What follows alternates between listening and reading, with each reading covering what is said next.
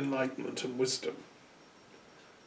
You know, I wish Burko would have the courage before he steps out as speaker to say, look, come on guys, please be enlightened and wise.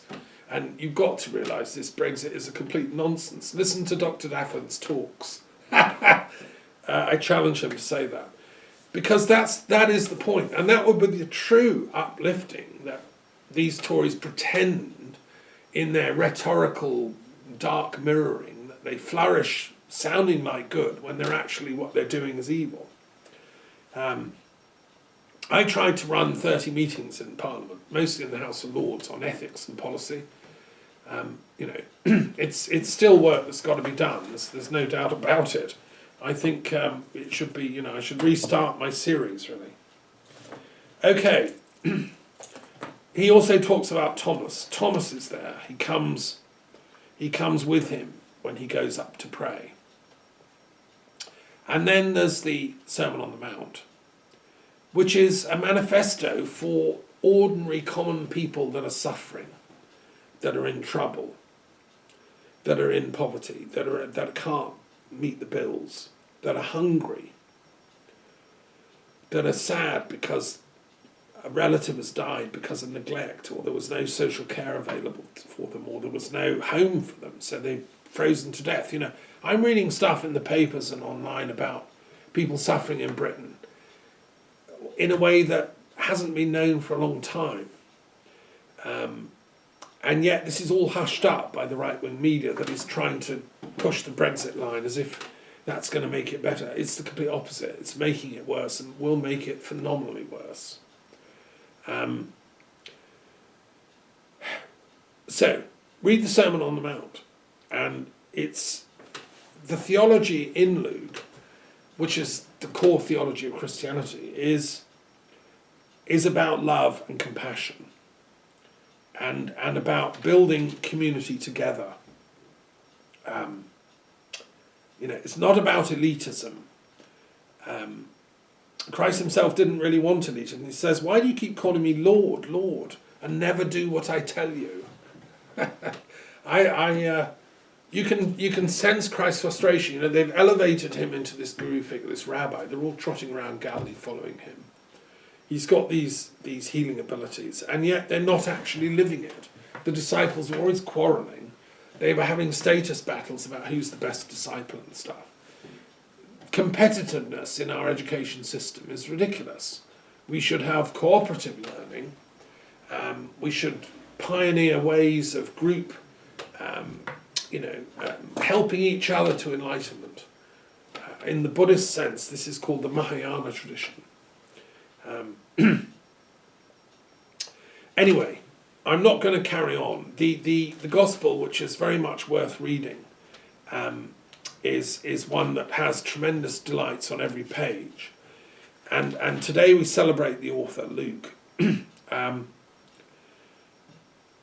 How will the end come, they asked him, towards the end. What's this kingdom of God that you keep on going about? Christ says, don't worry about that. Don't go running off looking for it. Because like a lightning flash that lights up the earth from end to end, will the Son of Man be when his day comes. So the image is that of light. I live in a part of France where very often we get thunderstorms, thunder, lightning, flashes. And this was associated by the Druids here with the god Taranis, who was symbolised as a white bull. And like Jupiter, he's associated with thunder and lightning. I mean, it's a supreme image. In Tibetan Buddhism, lightning is called the Vajra, the lightning thunderbolt that Indra used to fly. And that Buddha took over as his emblem, which he handed on to his Vajrayana lineage. And I think that Christ was someone intuitively who had reached the same place of enlightenment as a certain sort of tantric wisdom in which you're part of that noosphere of cosmic consciousness, which is like the mental electricity that lights up the world. And I think what Christ is saying there is that you have to, each one of us has to reach that place of enlightenment. And then you know what the kingdom of God is, because you're then touching it. And then you can draw down that fire, like Prometheus, and that's the other image he uses in the Gospels, is saying, I've come to bring fire to the earth. Like a lightning rod. He's bringing that fire down from the noosphere into what, an ordinary person's home, like over supper. That's the kind of beauty of Christ's teaching. He was a highly advanced, enlightened, initiate, bringing it in a language that ordinary people could understand. And that's why it's so radical, still to this day. That's why we have churches. That's why we have parishes in every little part of Britain. That's why every parish church should be studying this gospel today, and for the next few months, Luke, and asking, well, hang on, does Brexit fit with this? This heresy that I keep seeing spouted by these angry, evil-looking people. No, it's breaking up Europe, which was the home of where Luke, he lived in Greece, right? He went to Rome. This is a European-wide phenomenon, this Christian thing. Why would I want to split off my little island and then let it kind of break up into warring tribes, when I could be part of this bigger project, this Christian trans-European, pan-European project, and make peace? So that's the importance of Luke's gospel. And why is Christ important? What is he the king of? Is he the king of nuclear weapons? Is he the king of more armies and arsenals and bombs? No. Blessings on him who comes as king in the name of the Lord. The name is the Shem, the sound. He's coming as someone who can transmit the sound, the very shabd of supreme consciousness, the source of that lightning bolt. Peace in heaven, glory in highest heaven. So the peace of heaven can be transmitted down to earth. That was the essence of the Lord's Prayer. Thy kingdom come on earth as it is in heaven. It's not, let's keep the secrets of the kingdom for just a few Daily Telegraph readers who subscribe to some special offer. And the rest of the hoi polloi, well, they can have white bread and starve. No, peace in heaven, glory in the highest heaven, coming down to the ordinary, average, normal family, homeless person, single person, suicidal person in a mental home. That good news, that thunderbolt, is intended for everyone. That's why it's universal. Both the people, protesting and the other people and the whole lot. It's a wake-up call for us all. And tomorrow, I hope millions of people will be marching the streets of London to quietly, peaceably, lovingly, standing up for this universality, which is truth, ultimately. Christ gets slightly annoyed with the city traders, doesn't he? The London city bankers, the people that are doing the dodgy offshore accounts. He says, look, my house should be a house of prayer, but you've made it a robber's cave. I mean, I feel the same, because, yes, we've given too much power and kudos to the city financiers in New York and London and all the other money markets. They should be working for the benefit of all. This is what the Liberal Democrats and other more intelligent parties are saying when they talk about unethical capitalism. It's what Marianne Williamson is saying in the US debates on the president. She's saying, okay, capitalism is what we've got, but we can turn it around into something ethical. Whereas what Trumpery is doing is this, making it into a robber's cave thing.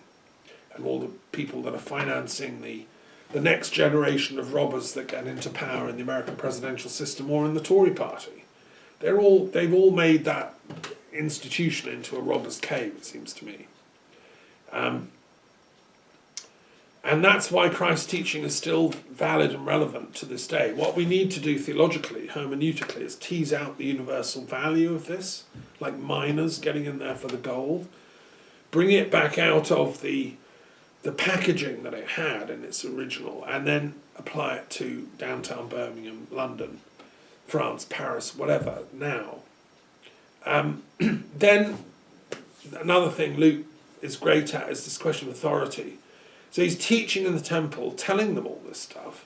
You know, this was a God-infused man, a young rabbi who'd reached enlightenment, which is a powerful experience. You know, I can sympathise, and you want to just give it away, right? Any teacher worth their salt wants to teach, wants to give away the good news. So what they do is the priests and elders and lawyers, they all come up, the lawyers especially note, and say, by whose authority are you doing this? Who gave you this authority? It's the eternal question. And what Jesus does is he deflects it very cleverly. He says, look, let me ask you a question in turn. Where do you think John the Baptist got his authority from? They don't know what to say, because what Jesus is saying by that, by the way, is that I've got my authority from the same source as all the other prophetic lineages. John the Baptist, Moses, Abraham, Enoch, Isaiah. You know, he knew them all. He'd read them all. He'd read even Enoch, as I keep saying. And the book of Enoch is in the Ethiopian Bible. My Rasta friends out there understand this. They're clever enough. They kept the book of Enoch in their Bible. No wonder the Rastas are all so high all the time, because they've actually read Enoch. Right? We didn't read Enoch until a Scottish explorer managed to go and bring back a copy and bring it back to Europe in the 18th century, a Scottish Freemason. Read about it in my commentary. So Jesus' authority comes from the Spirit. Now, of course, to a certain type of materialist, a skeptic, that is no answer, that's no authority, because authority only comes from law. You know, you need a contract, you need a job description, you need a proof of, previous employment, etc. No, Jesus wasn't like that. He was a man from spirit. And I can sympathise because, my doctoral thesis is exploring the tension between spirit inspiration, transpersonal reality, and history. Conventional history, dynasts, wars, parties, etc. And I'm consciously, therefore, trying to reread these Gospels in a way that explores that transpersonal historical dimension. I think Christ was someone who'd had these breakthrough experiences, what Abraham Maslow calls peak experiences. And that had suffused his ways of thinking. So, of course, when he's asked by lawyers, what's your authority? He'll say, look to the kingdom of God, look to spirit. And that, I think, is where the whole Brexit debate about we must do it because that was the referendum result fails. That's where it betrays the spiritual depth that our country is actually capable of. We are a spirit-led country. The flag of my country, I think I've got it up here, I don't know if you can see it, is the crosses of Andrew and George and Patrick. They're noble crosses, and they represent the way of looking at things as saints do. That's what our country stands for. I, as a historian, want to look at history as through the eyes of saints. Today I'm looking at it through the eyes of Luke, but as you know, I've written a universal calendar of saints and sages from all faiths and all traditions, and I've recorded comments on each day. It's an ongoing work. And from the perspective of the view of saints, which is what the flag tells me I should be thinking, Brexit makes utter nonsense. It's like literally cutting that flag up and burning it.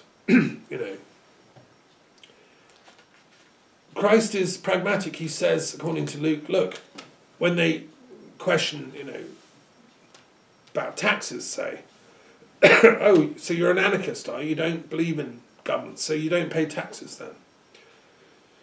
No. Look at the coin. Whose image has it got? Well, it's got Caesar on one side. Well, then give Caesar what is his and give God what is his. it's an extremely subtle argument because it can be interpreted in different ways. Give taxes sufficient to keep the authorities happy, but don't give them enough that they can then turn on you and misuse all that wealth. Minimise the taxes that we pay, but above all, we should give to God what is his due, which is piety, truth, and speaking out. This is not a man afraid to speak out. This is not the man counselling a timid silencing. And I'm afraid the British spiritual Christian authorities need to speak out a bit more against Brexit. One or two bishops are beginning to speak out, but it's as if there's a huge silence has been thrown over them all, like a sort of net of silencing. Wake up, folks. This is a crisis that our nation will possibly never ever recover from. And is Christianity to have nothing to say? I don't believe that. And I think that, I also think that we need a written constitution. I think Britain has to seriously rethink what it's doing in the world as a country. And if we're going to stick together as a country, within the European Union, as I hope, then, we're going to have to need a written constitution. I actually have come to the view there's only one way of keeping Scotland in the Union, because otherwise they are off next year. Regardless of what happens with Brexit, they will be leaving. And I'll be sad about that because, it'll be very sad because I love the Scots. But there comes a time, if you act unethically and immorally, you reap the whirlwind. I think there's one slight chance of keeping the UK together now. And I've proposed this in a draft of a written constitution, which I'm going to submit to colleagues if they want to know. Well, why does this matter? Why doesn't Thomas just shut up and accept it and be silent like everyone else? Why is he so, obsessed with this? People say I'm obsessed with Brexit. Well, the reason is because God is not God of the dead, but of the living. For him, all are alive. The point is that because I accepted a baptism at King's College way back in the 80s, and because I accepted the duties that are thrust on me as a Christian in British cultural tradition, as an Anglican in fact, which is an upholder of universality in the particularity of the quirkiness of the British traditions, because I accepted that karmic responsibility, I therefore have a duty to speak out. Why? Because God is the God of the living, not the dead. If Christianity was just about the dead, then stick it in museums, forget about it, ignore it. But it's not. It's the God of the living. And therefore we have a duty to speak out. And one of the lawyers at that point says, "Well spoken, Master." And they shut up. There's no further questions they venture to put to him. Anyway, I'm not going to go on about it. I wish there was time, but time presseth. And then what does he get? What's his wages for all this truth-telling? He's hauled off and falsely mistried, given no proper defence, no chance to explain what he's doing. And then he's crucified. The most barbarous punishment you can do for common criminals. Really bad criminals, right? It's a tragedy what happened to Christ, poor man. But then what happens, of course, is the women, Mary of Magdala, Joanna, her friend, and Mary, the mother of James, with the other women, told the apostles what they saw, which is they encounter two men in dazzling garments at the tomb, when they go to try and perfume it and prepare it and all that with spices. And the men say, "Don't search for the dead, but for one who lives." And so that's what they say. And Mary of Magdala, who's particular, I'm a fan of hers, because I think she carries a lot of the most secret teachings I don't think Luke knew Jesus that well. He's just telling the story from a distance. Mary obviously knew him really well. And if only we had more of her gospel that's come down. I've done a commentary on the Gospel of Mary Magdalene, but it's only fragments. There is speculation because he then appears to two men walking along towards a village called Emmaus. And there's a speculation that Luke might have been one of those people. That's an intriguing thought. Some people are arguing that. And then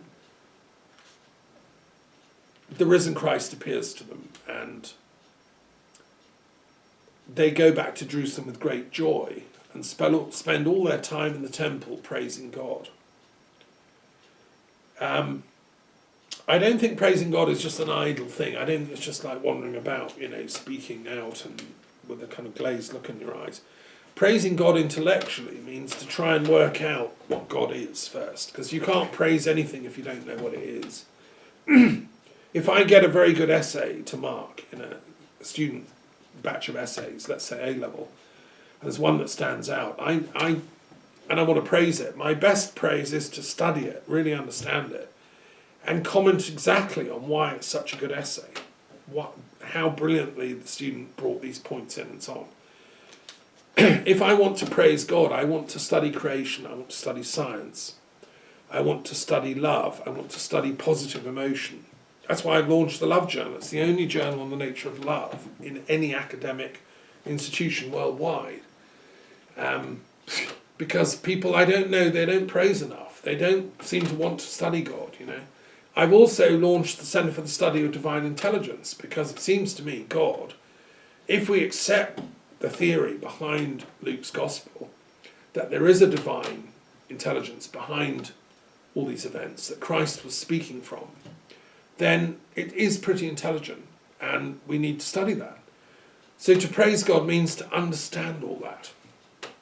And that's in my writings over the last years. I've tried in my own little way to to live up to this tradition. Anyway, there we are. That's half of what Luke does. And then, as if that wasn't enough, you've got to admire this man. What a genius, what a doctor. And all the time he's having patients, he's healing people, he's got busy, knocks on the door of somebody with a broken leg or somebody having a baby or whatever. And then he writes the Acts of the Apostles, because he's so in love with truth, he wants to tell the whole story. And he does. It's in the Acts of the Apostles that we see the conflict between the people that have witnessed all this and the official powers that be, the status quo, who are saying, no, it's all nonsense. Let's persecute them as well. If you haven't ever read either the Gospel of Luke or Acts, I hope you'll be inspired by this talk to do so. And if you're a vicar in a parish and you haven't yet got your parish to set up a Bible study group, then please do. I used to run several Bible study groups, and also in schools where I've taught. I've always said to my students, every GCSE candidate should read at least one Gospel, and probably Luke, because it's the most comprehensive, the most straightforward and the most historical narrative. It's a good one to start with. Read the other three, but definitely all read Luke before you do the GCSE exams.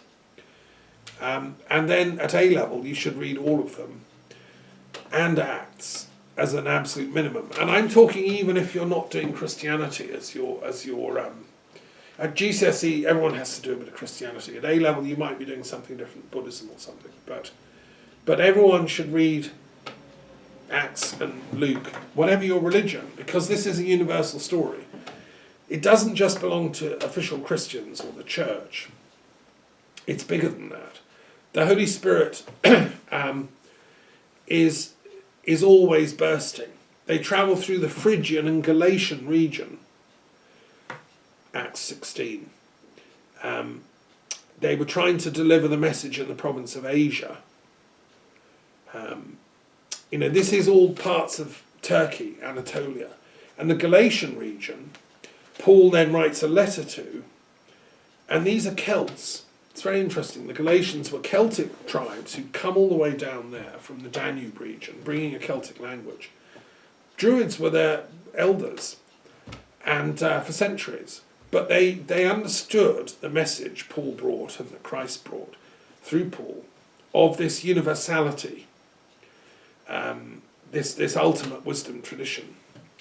And so, it's interesting, one of the gods that the Celts worshipped was a hooded figure, the Cucullus he's called, who was a sort of deity of the shadows. And I think they realised that Christ was coming from the same depth as their own Druid wisdom. Many miracles, many stories. I can't go into them all, but Acts is an incredible testament to the power of spirit to stand up against evil and ignorance. And ultimately it's about ignorance and evil. They are coterminous. It ends with Paul coming to Rome for his trial. Then, we don't know what happened next. And that's why, for instance, Eusebius of Caesarea, a great Christian historian, tried to write what happened next. You have to then study the lives of individual saints, the narratives, because the Christian body politic was scattered. It was fragmented. Some went here, some went there. Thomas went to India. Luke went to Greece. Andrew went to Scythia, and eventually ended up being the patron saint of Scotland, and so on. Study the lives of the saints, and you begin to piece it all together, and it's a transcendental picture of human spiritual gravitation towards God, as Philip Pierre Leroux said, my local early socialist who lived in Boussac. And it's really, we have to apply theology in our lives. Now I want to end with a final look at a Christian theologian in the Anglican tradition, who we celebrated his life a couple of days ago, and who I think is a good guide to what's going on now, how we can get out of this ridiculous Brexit nonsense from a Christian perspective. The Earl of Shaftesbury, the third Earl of Shaftesbury, is a man called Anthony Ashley Cooper. Shaftesbury is a beautiful town in North Dorset. And he for a time was MP of Poole for 3 years, where I was head of religious studies and philosophy at the grammar school in Poole, a school I know and love well. And I love Poole and Dorset, so he's my local philosopher, if you want. Born in London in 1671, he was brought up by his grandfather, the first Earl of Shaftesbury, and he was taught by John Locke, who was hired. Now, John Locke was a physician like Luke, a doctor and an Anglican, a good man, who was the teacher of this boy, Anthony. And then Locke got a woman, Elizabeth Birch, to teach him in Latin and Greek.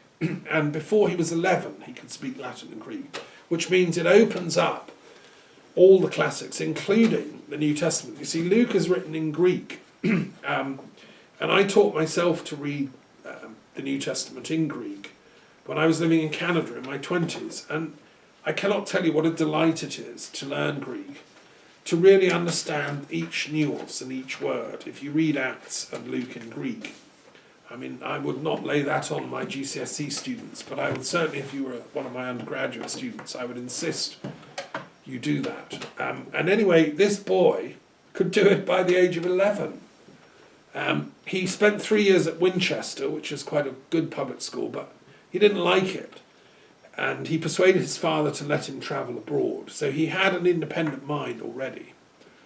Accompanied by a tutor, he spent the years 1686 to 1689 on the continent. Thank you. He came to Europe. It's very civilized here, right? Anyone with any sense at least spends 3 years here. And it's so much easier if you don't need visas everywhere. When I was 26, I did the Interrail thing. Because we had a European Union, I could go to every European country. I didn't have to keep showing passports. And I want my children, grandchildren, and great-grandchildren to the 10th generation to realise Europe is our common home. just as Anthony Ashley Cooper did. I don't want it to be just something for lords and lords' sons. You know, the Rees-Mogg types are going to be able to trot around Europe because they've got their millionaire bank accounts. I want this for ordinary working class kids throughout Europe to be able to visit each other's countries and open our eyes as to education. My mother was a secondary school teacher in Brighton. She used to take kids across from West End Grammar School to Dieppe on the ferry to experience France just for a few days, you know, day trips even. She was given honorary citizenship of Dieppe, and I have the French flag here in this room in the museum to commemorate that. That's what she would have struggled so hard to retain the right. Those kids didn't need a passport, didn't need, you know, a visa. They shouldn't. Anyway, after 3 years visiting, he became a great connoisseur of European art, sculpture, painting and music, and literature and philosophy. And at the age of 24, he was elected Member of Parliament for Poole. Well, he must have been fascinating. You can imagine meeting this chap. And he went to Parliament, he did his bit, but he wasn't very well. He worked too hard. He was always coughing, he had asthma. He was a scholar rather than a statesman. And he was always writing and reading. And so he then didn't seek re-election as an MP. It got in the way of his studies. And then in 1699 he became the Earl. He became the third Earl of Shaftesbury. He succeeded his father. And he used to faithfully go up to the Lords. You know, I like the House of Lords, but I do think it needs reforming, and I think a part of my constitutional proposals involve reform of the House of Lords. I mean, what I'm suggesting in a nutshell, to give you a preview, is that people talk about the abolition of the House of Lords as if that's the solution for everything. And I've got another suggestion. What I'm proposing is that the Commons effectively be abolished. The UK Commons be abolished. The current Commons be turned into just the English Commons, the English Parliament Commons. Each of the four nations of the UK keeps its parliament, so the Scottish Parliament, the Welsh, the Northern Irish, and then the English have their parliament. And the House of Lords be transformed into the UK federal House of Guardians, I think we should call it, instead of Lords. It should be non-party. You only get to be elected to it or selected. We can discuss that, part and part. Not through hereditary principle, but by being someone who's genuinely great and good, someone who's done something amazing for the country, like in each different sphere. And that body would be the Parliament of the entire UK. That body, the House of Guardians, would be the only bit of the UK that would remain. And the UK government would be selected from that upper chamber, the House of Guardians. Now this is a revolutionary proposal. You know, if that happened, I think Scotland might agree to stay in that UK. And I think the monarch, by the way, should probably be elected from that upper chamber, that House of Guardians. I mean, the House of Windsor can stand if they want, but there are other families, there are other really good lineages in Britain, and I'm not sure it should always be a hereditary thing. I don't know. I'm up for persuasion on that, but I'm not that impressed at the performance of the monarchical principle in standing up against Brexit. I'm not that impressed, to be honest, because they seem to take the view that whatever the Prime Minister says, however unethical he is, whatever his immorality, whatever his level of disrepute, whatever his level of idiocy and ignorance, I, the monarch, must rubber stamp what he's doing. Well, what's the point of even having a monarch, if that's true? If the monarch is saying, I abdicate all morality